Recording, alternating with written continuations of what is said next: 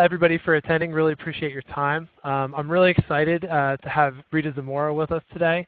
Rita is an international speaker and a published author on social media marketing as well as online reputation management. And she and her team offer a very experienced social media training package, mentoring, support. Their healthcare professional and corporate clients are all over the United States and internationally. Rita's advice on managing your online reputation was published in the ADA's Practice Guide to Expert Business Strategies. She also graduated magna cum laude from the University of Colorado with a bachelor's degree in business and marketing and has over 18 years experience working with the business of dentistry. So welcome, Rita. We're really excited to have you. Thanks for the invitation. Oh, my pleasure. So tell us a little bit very quickly about your experience in the dental industry and kind of what got you started in social media. Well, I actually have quite a bit of experience in different areas of dentistry. I, still consider myself a dental person today and have a close relationship with my dental family. I started off about 20 years ago actually working for a solo periodontist here in Colorado, and I still work with that group on a project basis today. They now have 5 periodontists. It's the largest perio practice here in Colorado. So I, over the course of those years, worked for about 10 years doing treatment coordination, reviewing the treatment plans with patients, and trying to persuade them to be motivated to have their periodontal and dental implant surgery done. And spent many years doing different types of marketing, referral marketing, and different types of marketing for that practice as well as general practices. Very good. So a side note, I've met Rita once, and we've spoken a number of times. Her name is always coming up on the speaking circuit, which is kind of how we found her, and I've read some of her blog posts and some of her other content. Just been continuously impressed. And so as far as social mediums or social media platforms, where would you say it's most important for dentists to get started if they're starting from scratch and they want to know, what do I do first for social media?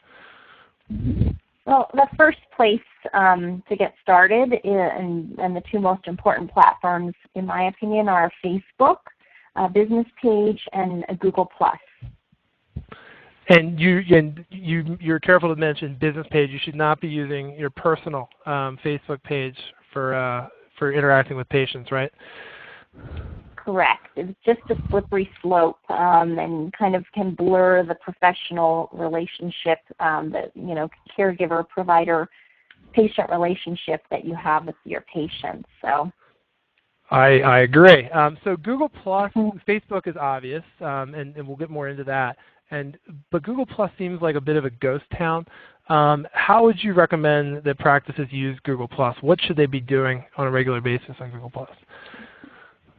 Well, the cool thing about Google+ is that you can maintain it and manage it very similarly to the way that you manage your Facebook business page. So it looks a lot different, but a lot of the same principles apply in that you should be, posting content on a regular basis and interacting and networking with other businesses on Google+ to help to motivate those reciprocal follows, and of course have your profile all enhanced with your descriptions and good photographs and that sort of thing. And I'm also a huge fan of the Google Business Photos. Which is an option not a lot of dental practices are aware of. They should. We typically are really encouraging our clients to give us as many photos as possible, and especially if you guys take pictures of your office, make sure you have people in them so it doesn't look like you're trying to rent the place on Craigslist. It looks like there's life in the practice. That's something I'm always harping on, because we'll see great photos and it's just totally empty and it looks like a very inspiring Craigslist ad for rent this place. But those should all be all in the Google Plus profile. What about online reviews, video? What are you typically encouraging clients to add to their Google Plus or their Facebook? Yeah, and I did want to just elaborate too on that. On the Google Business Photos, it's the option that's available with Google that's similar to the Google Street View, where you can partner with a Google photographer and have them come into your practice and take those 360-degree images of the inside of your practice. You have to have the service provided by a Google trusted photographer, and then patients will be able to see what the inside of your practice looks like. So just as you use Google Street View on maps, you'll be able to have an inside Google view of your practice, which is really huge, I think. We've had a couple of clients do that. They've been approached separately. How much should they expect to pay for that? It's what I found is that the pricing is based on the square footage. And so, for example, one of our clients in San Francisco, in the heart of San Francisco, which is one of the most expensive areas of the country, you could probably attest to that. Yes, but our client paid about $500 to have the service done. And so if you just Google Business Photos, you can do that now while we're on the call if you wanted to. Google Business Photos, and you'll see the link near the top, and there'll be a Google trusted photographer for every city in the country, and you can contact them and get an estimate. But it's just another Google tool in your toolbox, another Google product in your toolbox, which is really a great opportunity and gives you something else to engage patients with when they're doing a Google search. Does that have any, that may impress some patients that see it, but does that give any preferential treatment for search engine optimization as far as the local listings are concerned, as you see it? Well, it's still pretty early on, but I would, my guess would be yes, the speculation would be yes, that it's just another Google product that they're making available. I think that they're really trying to provide people with the information that they want to find. So, and that from a marketing investment standpoint is really beneficial because you pay one time and then you've got that service that's kind of working for you with photos of those images on an ongoing basis. So Pinterest gets thrown around a lot, and even in our office is 50-50 split with gender, and every single woman in the office is using Pinterest.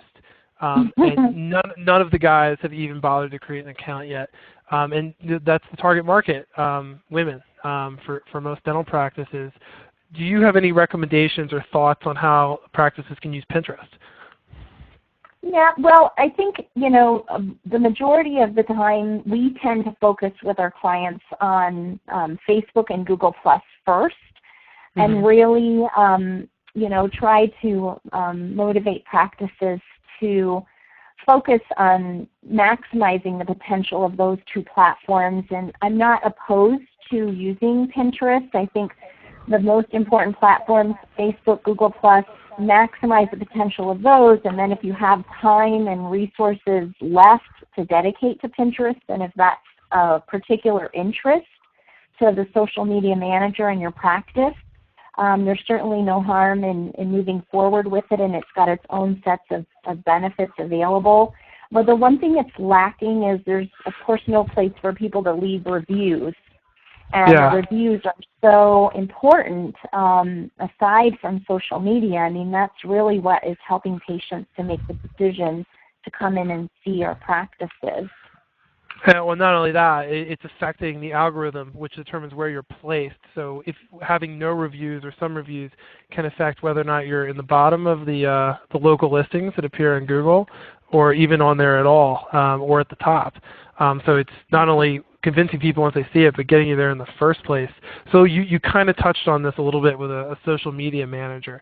But if when dentists want to get started, what do you typically advise them to do? How should they start out? And I think a social media manager is what you're going to allude to here. Yeah, I mean, I think ideally they would have someone in the practice who can help them with their social media long term. That's really ideal.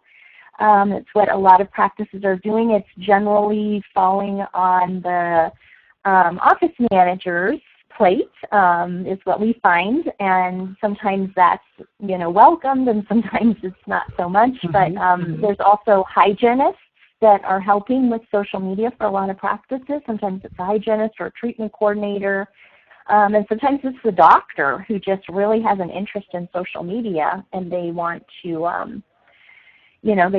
just really be participating in that and taking care of that for their practice. So it doesn't really matter who it is, as long as it's someone who's motivated and interested in doing it. Good. And what kind of time commitment per week should this person kind of allocate in their schedule so they have time to properly dedicate, enough energy to social media? Yeah.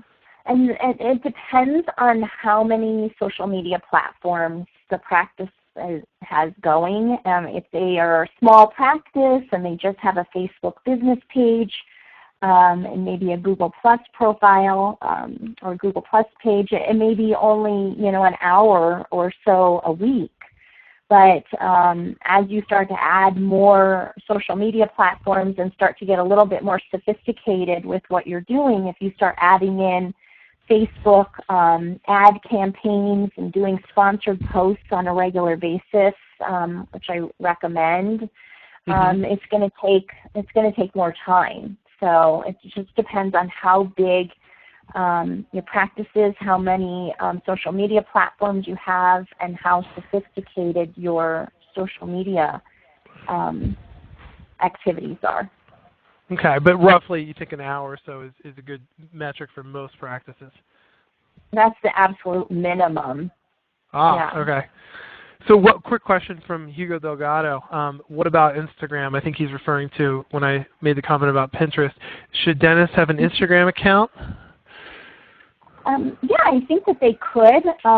Again, I always go back to make sure that you're maximizing the potential of Facebook and Google Plus first, because that's where the majority of eyeballs are. Google Plus is a Google product, so there's not a lot of social interaction there per se like you would get on Facebook, but it's a Google product. And then you can start looking at what your resources are and what your interests are. For example, I just interviewed a dentist, Dr. Larry Doherty, who's based in San Antonio recently, about his Instagram activities, and he loves photography and he loves Instagram.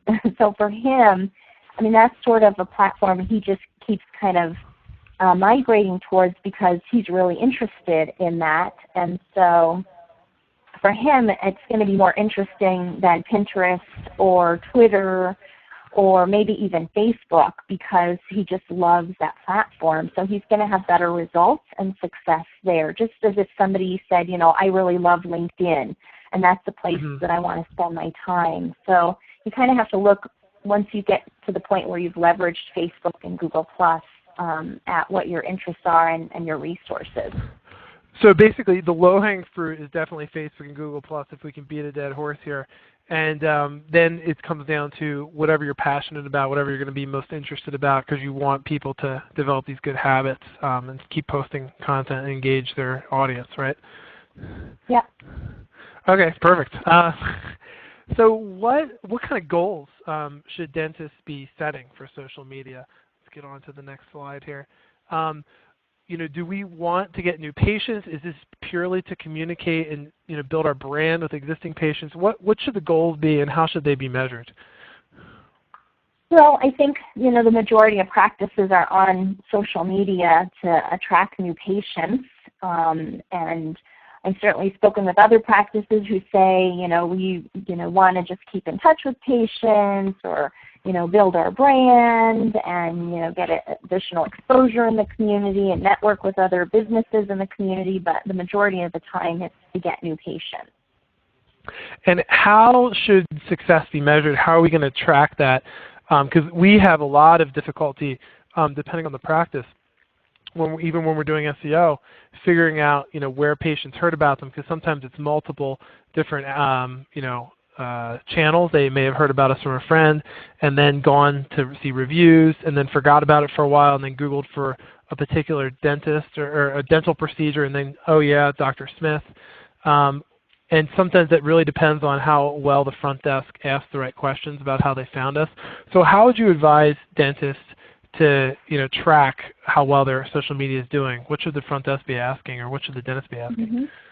Yeah, well, and having someone either on the admin team or the doctor or someone else interviewing the patient to ask about how they came across the practice is really important. I think as time goes on, there'll be some other ways that we can track where patients have seen you online, and one method which I love, and it's one of my favorite products that's available, a patient engagement system a lot of our clients use, which is Solution Reach, and formerly known as Smile Reminder. And I think a lot of these patient engagement systems will catch up, but right now Solution Reach has an option available with their product. I think it's called Patient Reach, where the patients can, when new patients come in, they can use an iPad or a tablet in the front office to fill out their health information and their insurance information.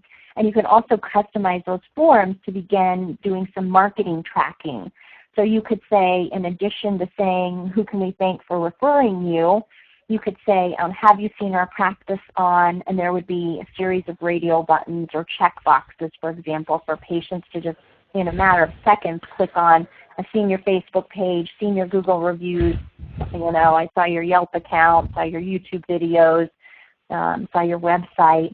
So that's going to allow practices to begin to really track that data and run reports on it, which is so huge and so important. So I particularly love that patient engagement system for that reason. I think over time some other engagement systems will probably catch up with that technology.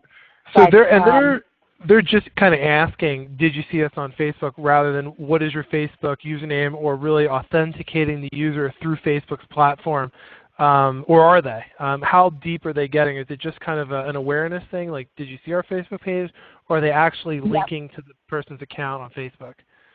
It's pretty shallow right now and pretty quick, and with good reason, I think, because when the patient's filling out all of that information on their first visit, you don't want them to feel like they're getting, sidetracked from the real reason that they're there, which is to really help take care of their dental needs.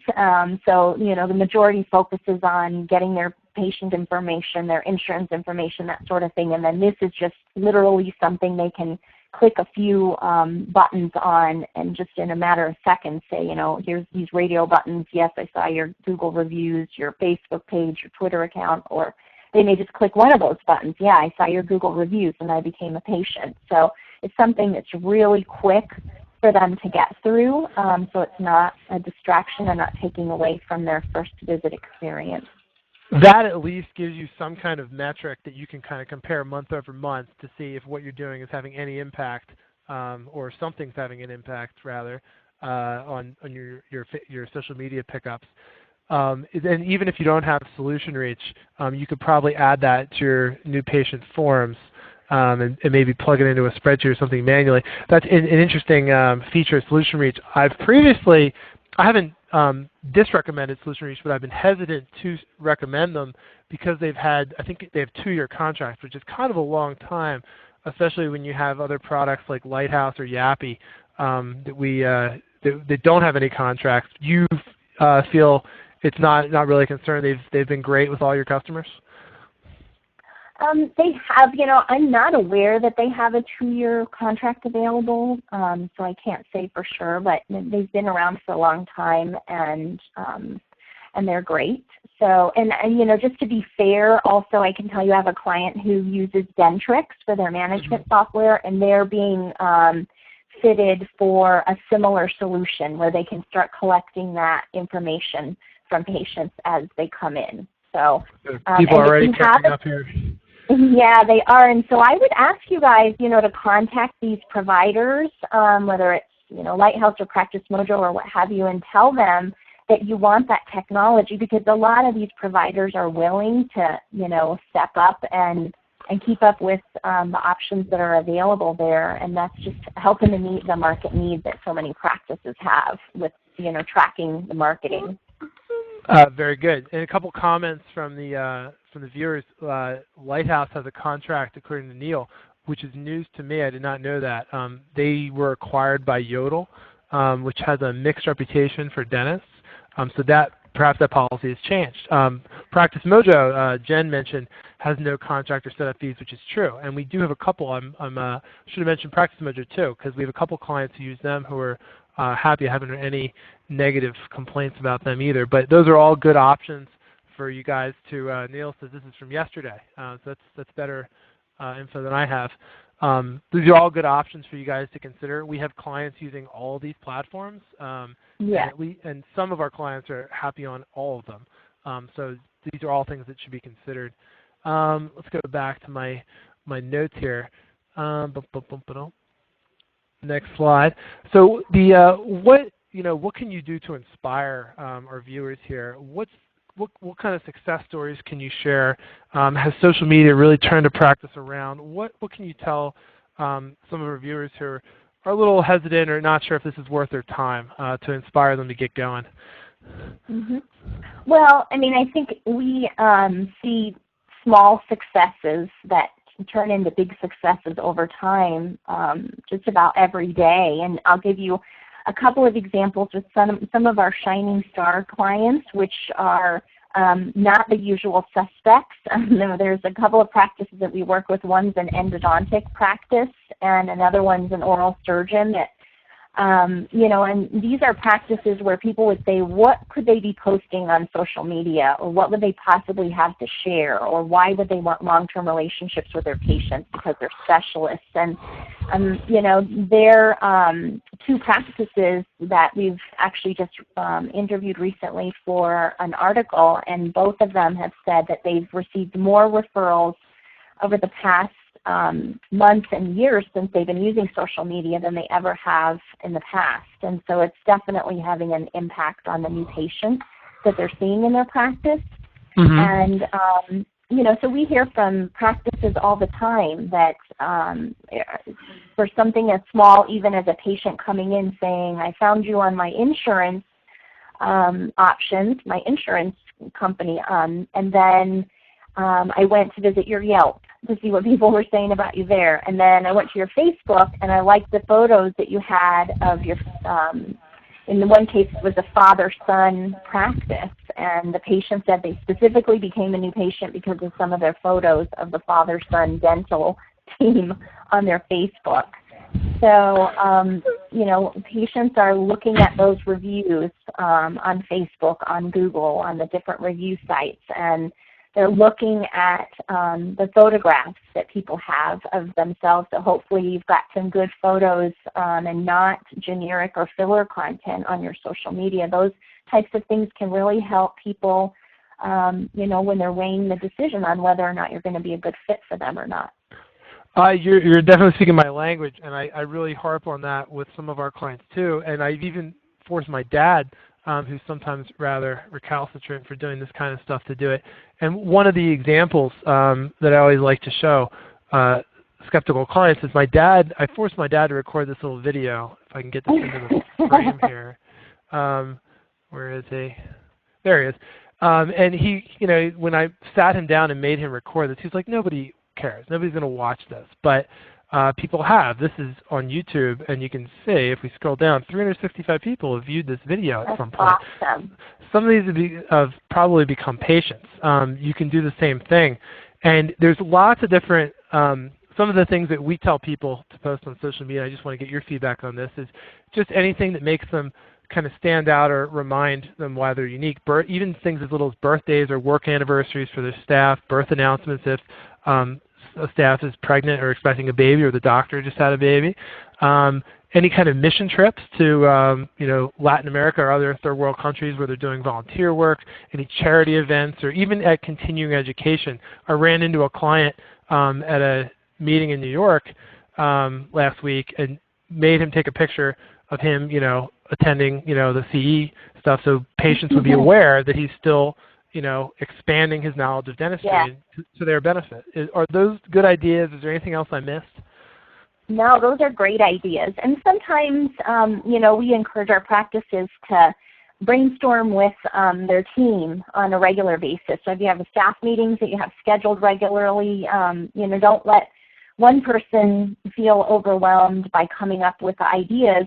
Have the whole team brainstorm together and make a list for the future, an editorial calendar, and say, you could leave a 10-minute meeting with, 20 different ideas on things that you could be posting in the future.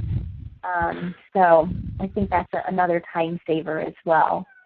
And what about contests? Because we've had clients give away iPads and Kindles. We had one guy give away a barbecue grill on Labor Day. So, what do you think the most successful contests are, and how do you manage them? Yeah, well, and I think the thing you have to keep in mind is that there's going to be different strokes for different folks, right? So some practices are going to say, we love the contest thing, we're going to get really creative and have fun with it, whether it's giving away the barbecue on, Labor Day, or guessing how many candy corns are in the glass pumpkin jar or whatever. But some practices might say, that contest thing is not really in line with our values. It just doesn't seem to be a good fit for us, and that's okay too. And I'll give you a different example of how you can do something related to contest without making it, feel cheesy for you or whatever, if that's outside of what your values are. So we worked with a practice. It was kind of a unique practice because they were located on an island. They are located on an island, and so they have cruise ships that pull up to this island on a regular basis, and they were giving away a luncheon, a fabulous luncheon for two on this cruise ship, and it was a benefit luncheon to help a needy family on the island. It was a single dad. They had just unfortunately lost his wife, and they had quite a few children, and so they had set up a benefit luncheon for this family, and the practice bought 2 tickets to this wonderful luncheon. It was going to benefit a good cause, and then he had, people respond with just, I guess the number between like 1 and 365 or something like that, and they had, only allowed people 1 guess. They had literally hundreds of people that responded, even off the island, that heard about it through friends of friends. So if you can align yourself with a cause in your community, whether it's, a food bank or a Boys and Girls Club, Humane Society. Think about the nonprofits. So many dentists have a big heart, and they're helping out schools, whatever it is, but find a way that you can benefit a cause. And, there are different campaigns that you can do like that, and plan ahead for next year to do for a year. That can be a great idea as well. That's a great idea, aligning it with the cause. There's sure, because I know that I know my dad would routinely donate his time as a dentist to like a local charity. They probably have something else going on and probably are aware of needy people. That's a great thing to do. So one question from Neil. How do you get people to see the contest? He said, I have over 400 Facebook fans and post regularly, and they did a Sonicare giveaway for the best Halloween photos, but nobody really responded. Is Neil kind of going down the wrong track here? Is Sonicare not a big enough carrot to dangle in front of people? Well, that he's giving away candy?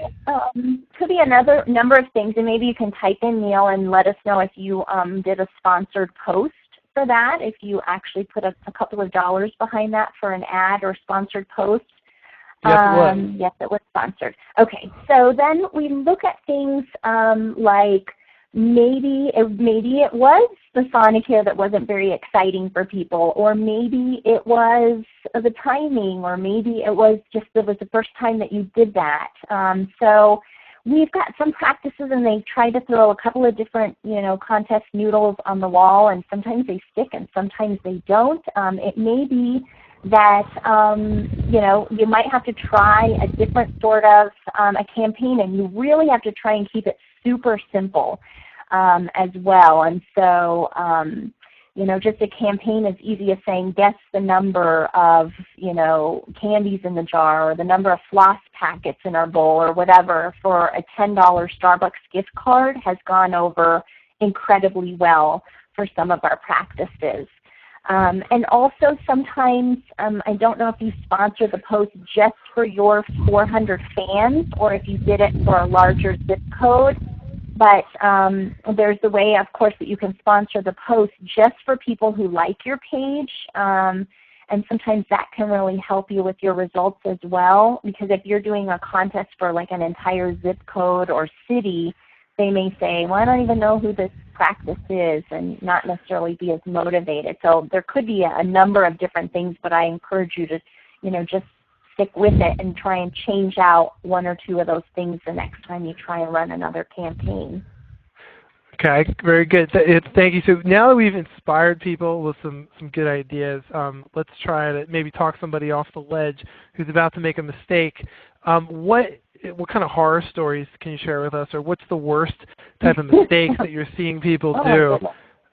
Maybe getting into political arguments on Facebook, or preaching whatever personal religious beliefs I'm sure has happened. You should avoid that on your business page. But what type of common mistakes do dental practices routinely make on social media? Yeah, I think the most painful thing that I see, because it's, they're just not necessarily informed and not really sure what they should be expecting, is practices that are paying for monthly support for filler content that's not necessarily getting seen. You've probably seen that, Jeff, where there's no interaction. It's kind of like crickets when you visit the page. And we hear from a lot of practices that say we were paying someone to manage our social media for, a couple of years, and they took care of everything for us, and they never really logged in. They didn't really understand what was being said about them. And so that's really the most painful thing that I see, because it's just unfortunate that you might be paying for something that doesn't necessarily represent the practice well and isn't necessarily benefiting them. So I'm going to steal a little of your consulting time for free here. We routinely will publish a couple of generic posts, although we charge $0 for this. It's a free opt-in service for our customers. We like $0. Yeah, great so value. But it is generic. So is that going to be counter? Because I know, and we do encourage them. We really do encourage them to either post content directly to Facebook through the website. Every time our customers add content through our websites, it'll post to their Facebook page or their Twitter. But also, manually too. We do encourage them to do on top of that. But is that baseline of, and it is generic content or dental news, is that worth it, or is that counterproductive at a price of $0? I certainly think it's worth it. I mean, well, in your case, you're not charging anyone for it, so it's a value add. And practices do want to keep their social media accounts current. So by, providing them with some ideas on a regular basis, and, you're always nudging them to really personalize that information. What I think is unfortunate is if someone's paying for all filler content and then they're not getting any visibility.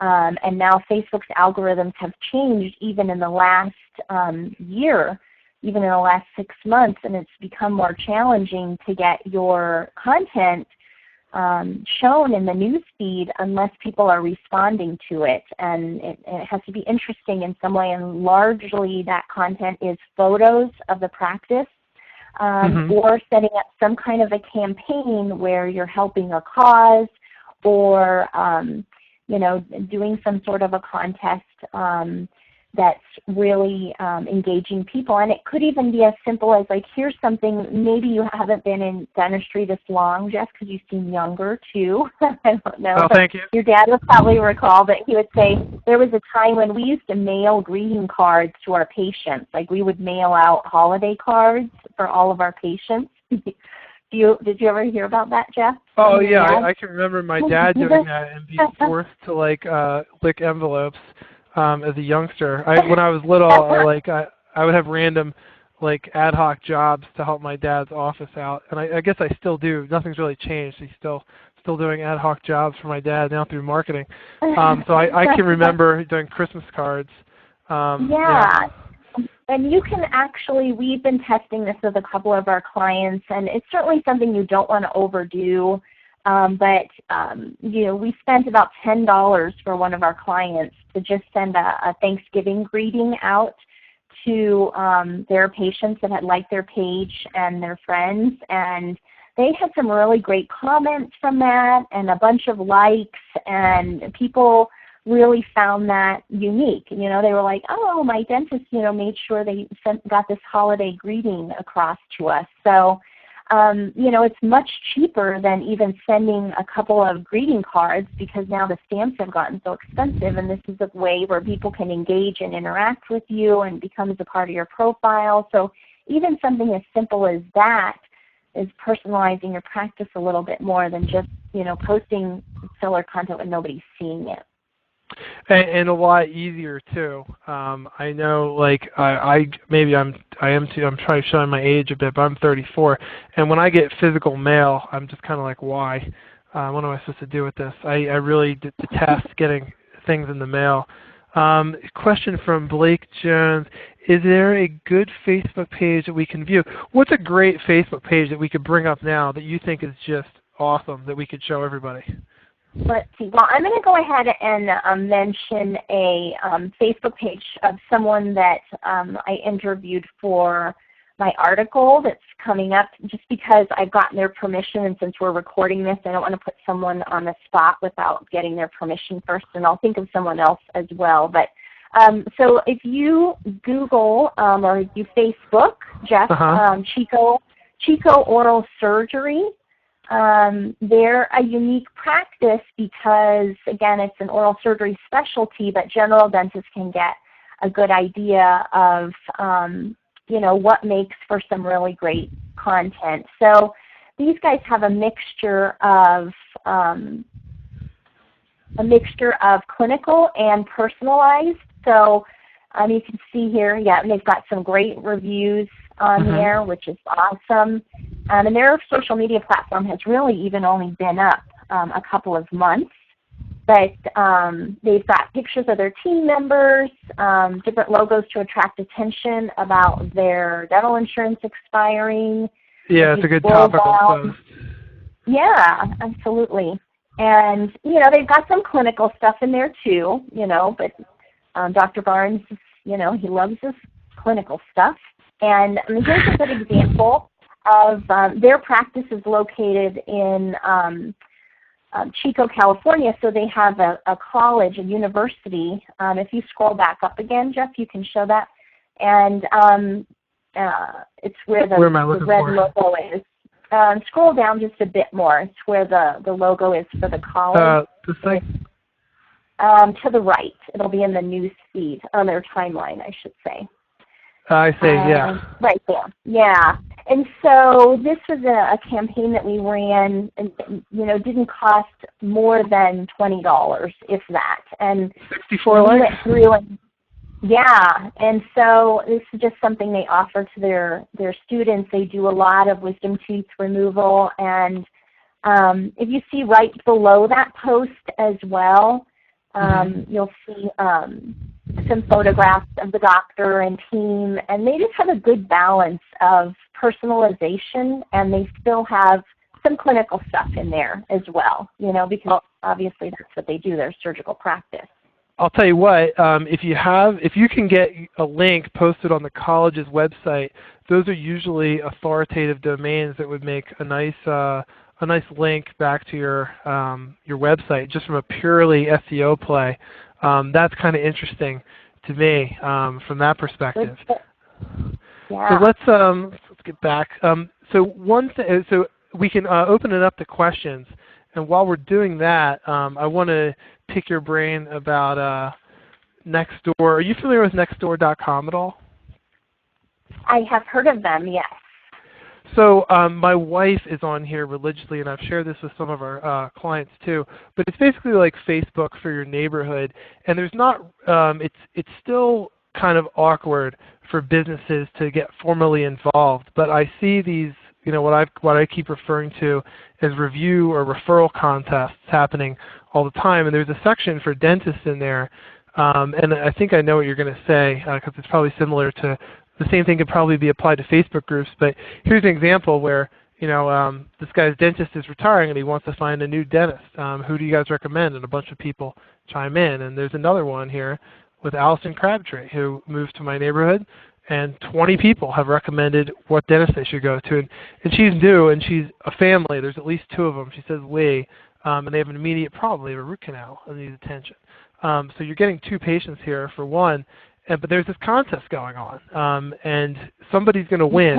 So how can dentists win these contests? What kind of etiquette should people be employed, whether you're on meetup groups or Facebook groups or Nextdoor or anything socially? What are the rules of the game here? How should dentists be involved in this, and what should they do?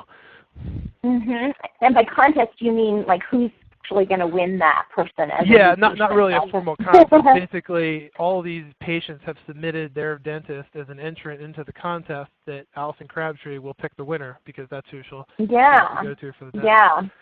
Well, and first of all, I mean, kudos to all those dental practices that are getting recommended, because they're all probably doing a really good job, caring for their patients and making their patients feel cared for. So, I mean, that's first and foremost. And I think, when you're participating in any of these forums or moms groups or community groups, I mean, you most importantly have to just be very transparent.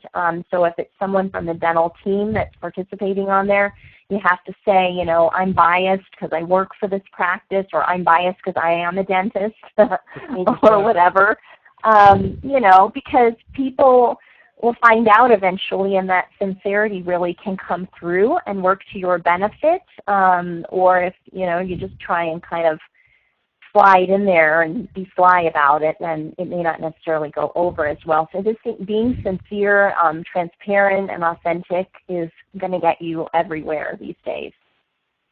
Very good. So basically just monitoring, if you can identify these types of groups, and I know my wife belongs to 12 moms groups, and she shows me every time somebody moves to Denver and joins one of these things.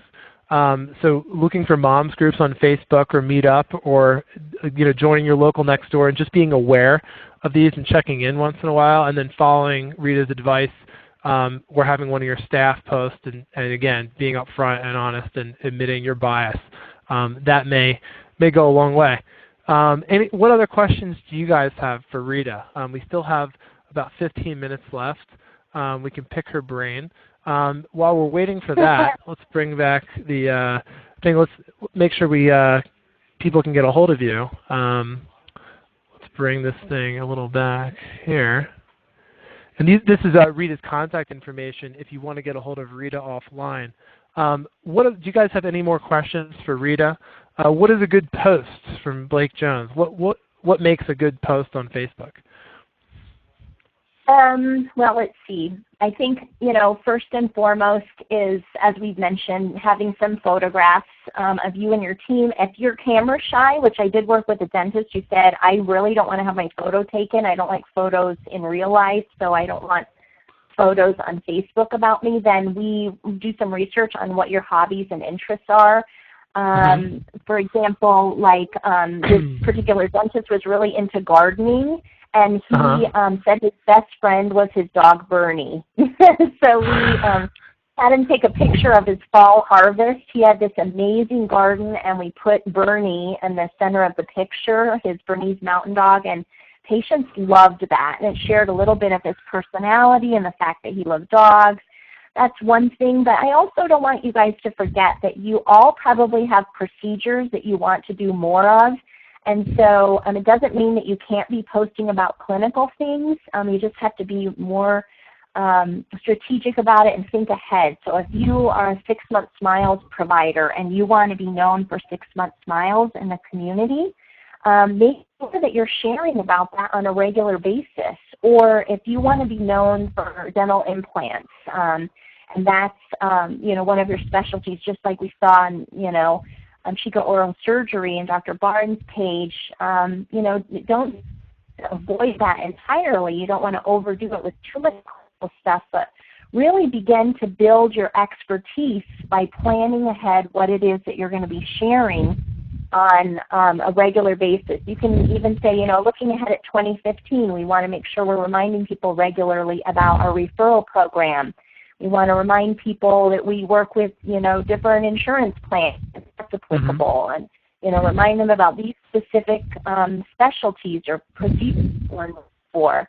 So it's like creating your own PR and building your own reputation, and that's such a great opportunity. And if you don't think about it in advance through an editorial calendar or a notepad with certain things you want to make sure you cover on a regular basis, you're just going to end up sort of like a tumbleweed posting random things. And that is good advice, especially with the pictures of the education and the procedures they want. And I hear this all the time from dentists to tell me, well, I'm not the best in my field, Jeff. Like, I don't want to brag about it. Or, well, this education I'm going to is mandatory and I have to do CE credits. Patients, I do not believe, have an awareness of this. And correct me if I'm wrong here, but same thing with before and after cases. A lot of times, if it's a good result and it's impressive to someone who's looking at it, they may not know that this is, a quarter of a millimeter off, and it's bugging you, when you look at it, but it looks really good to an average consumer. I really encourage people to share as much of that content as possible, especially the educational stuff, which may seem run-of-the-mill to you, but may be very impressive to a patient that believes that you're staying up to date, and you should be for your craft. Does that make sense? Yeah, absolutely. And we had another question or a comment from Hugo Delgado. Before and after pictures create a lot of interactions. We like that. When you upload before and after cases in our module for that on our website, there's an option to send it straight to Facebook. So that's good to hear. Do you concur with that? Are before and after photos a good use of your social media capital? Yeah, absolutely.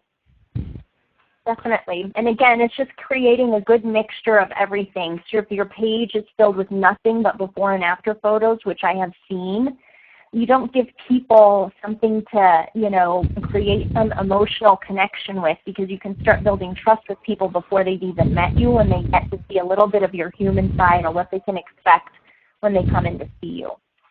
I agree, and that's quite important, that emotional attachment for a healthcare provider. Unlike other businesses, the people are quite important. If somebody fires your barista, well, maybe some people have a deeper relationship with their coffee place than me, but that would not affect my purchasing decisions at all. If the dentist or the hygienist that I always went to was let go, it might, especially if it was my dad. What else should our viewers know? What else didn't we cover? Any other questions from the audience? What do you want to leave everyone with, Rita? Well, and keep in mind too, that people say, what about Facebook? There's diminishing visibility on that for practices. People aren't, seeing my posts. Is it really worthwhile doing it anymore? I just actually posted a link to a couple of articles on my Facebook business page. TechCrunch did some articles. It's kind of like, it's being revised again about the Facebook search. And Facebook had talked about this years ago, and then it just kind of went away for a while, but they're starting to revive the conversation again about how they're going to be facilitating search on Facebook, and specifically they even mentioned the words dentist on Facebook search, and how that's going to be accommodated on the mobile apps and even on the desktop. They give some different examples of that, and in large part it can be driven by the reviews that you have on Facebook. And so I can see Facebook doing some promotion to really help get the word out about that and get people motivated to use that option more. So, Facebook is alive and well. If you are spending $300 a month for general filler content, all you have to do is shift that budget to more of a campaign or a sponsored post, budget, and you can get 10 times the visibility that you would have got from that generic filler content. So there's still tons of opportunity there, and obviously tons of people spending their time there. Most importantly, moms, as you mentioned, Jeff, they make 80% of the healthcare decisions, and they're 15% more active, or 14% to be accurate, more active on Facebook than any other social media user. So they make 100% of the decisions in my house. And yeah, Facebook and Pinterest are the social media choices for my wife. I can say that for sure. I'm more on Reddit and Facebook to a lesser extent. Any other questions from the audience before we let Rita go? So I got 10 minutes to pester her with questions. Anything else that anyone wanted to ask? Amy, if you had any questions or anything else that we should have covered, jump in. Any other questions for me or Rita before we let this go? And feel free, I would encourage you guys to feel free to reach out via my email or through Twitter or my Facebook business page if you have additional questions, or Facebook business page messaging, whatever your communication tool of choice is, and let me know if you have any questions. If you're not on Twitter yet, but you're wondering what it's like, open an account, make yourself private if you want, and just follow other people so you can start to get familiarized with it. That's a common question that comes up, Jeff. People aren't really sure how to get started with it, and they don't realize you can be private and just kind of follow other people and lurk a little bit, and that's okay. You can be private. It's not usually set up that way by default, but almost all the social media channels have options for you guys to be private if you want to, and that's fine if you're going to get started. It's kind of counterintuitive or counterproductive rather if you want to be a business and want to make your business visible. But that's certainly a way to get your feet wet.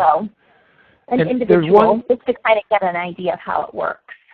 Very true. Amy had one question. She wanted to know about where the future is going. I'm assuming she's talking about social media and not asking for stock tips or if there's going to be a war or something.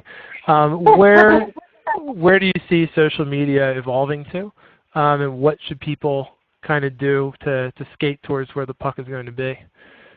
I still continue to always put my dollar on Facebook, when we're betting what's going to be big in the future. I just don't think it's going anywhere. There's actually an article that recently came out by an ex-Google employee that was working heavily on Google+, and while he was bashing Google+, which is unfortunate, he really made a great case for the fact that Facebook will probably be around for as long as we can tell, because they've really done a great job of authenticating people's profiles for the most part, and just, trying to prevent people from creating anonymous accounts. Not that they don't exist, but I think Facebook's going to continue to be a big part of our lives, and if things are going to continue to evolve. So as the younger generation, grows older, there's going to be different preferences there, and we just have to continue to reserve time as managers and dentists and business owners to keep on top of where the opportunities are and keep ourselves informed, because this is definitely a big part of marketing and a big part of keeping your business viable today. Very good advice. With no further questions in the pipeline, I think I'm going to close it here. Rita, thank you so much. Rita can be found at ritazamora.com. Right over here. You guys can see her phone number. Just type in Rita Zamora. You guys should find her. It's a distinct enough name. You're in good shape. Thanks so much again, Rita. I'm going to stop the recording, and thanks everybody for tuning in. Yeah, and I would just add, Jeff, if people like the conversation, that we would be happy to do another interview if you're open to it, maybe on Google Hangout or something like that next time. Oh, definitely. Yeah, that's a good idea. Next time we'll have we'll force people to look at us, and maybe we'll do video, and maybe that'll be a good follow-up conversation. We can take a deeper dive into one of the subsets we discussed or something else. Yeah, I would love to do that. Thanks again for the offer and for your time. Thanks so much, guys. Everybody have a great day. Okay, thanks again, guys. Bye-bye. Bye-bye.